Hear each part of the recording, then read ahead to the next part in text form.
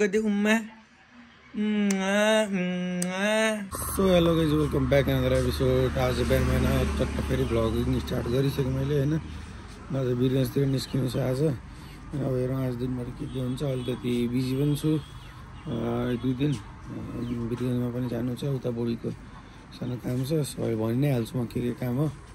अगाडि हेर्दै गर्नु होला दिनभरि अब के हुन्छ। बिरगन्ज पुग्छु के हुन्छ।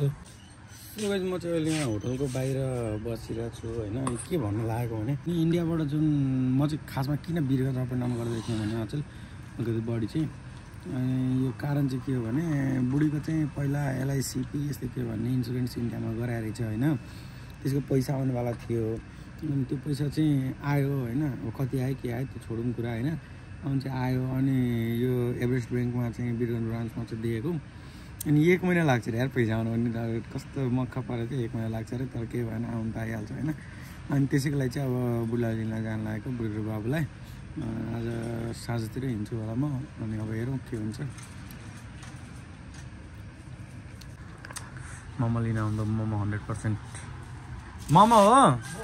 कति प्लेट हजुर? 1.5 plate 1.5 plate momo 1.5 plate momo. अब चाहिँ मोमो मखाएको लगाएर चट्ट मोमो बनाएर प्याकिङ गरिदिन्छु मैले। अहिले बस चढिसकेँ होइन। अहिले ठ्याक्कै यो इभी चार्ज पनि त्यसमा छु ठाउँमा। हामी बिरगन्जको लागि निस्किसकेँ। अब हिँड्दाखेरि चाहिँ भ्लग गर्नु पाइनँ। अब चाहिँ उतै पुगेर नै बनाउँछु। अहिले चाहिँ चस्मा लाग्यो उता बोलाएर चाहिँ चस्मा आउँदैन। अब हेरौँ लगभग 3.5-3 घन्टा जति लाग्छ बिरगन्ज पुग्नलाई। अब बाटोमा चाहिँ के हुन्छ हेर्दै जाउँ ल।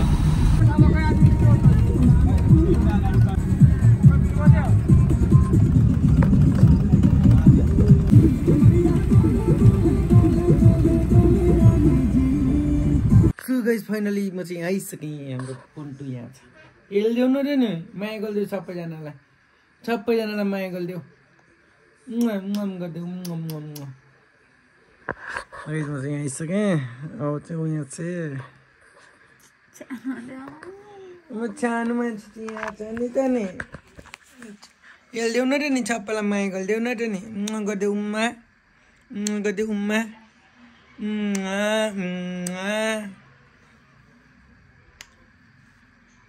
सबैलाई माया गरिदेऊ।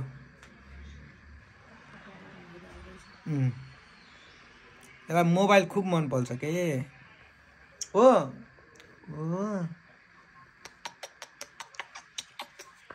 मैले त नि के भयो।